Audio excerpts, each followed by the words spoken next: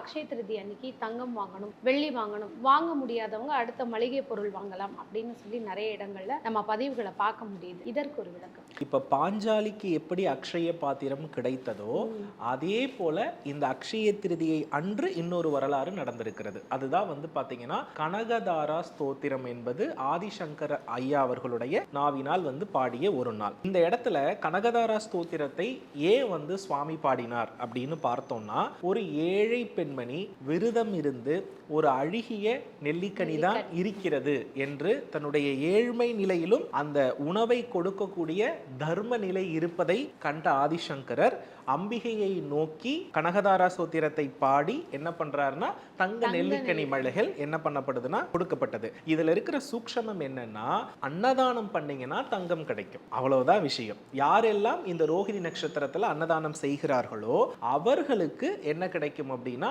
அன்று தங்கம் கிடைக்கும் அப்படின்றது அர்த்தம்.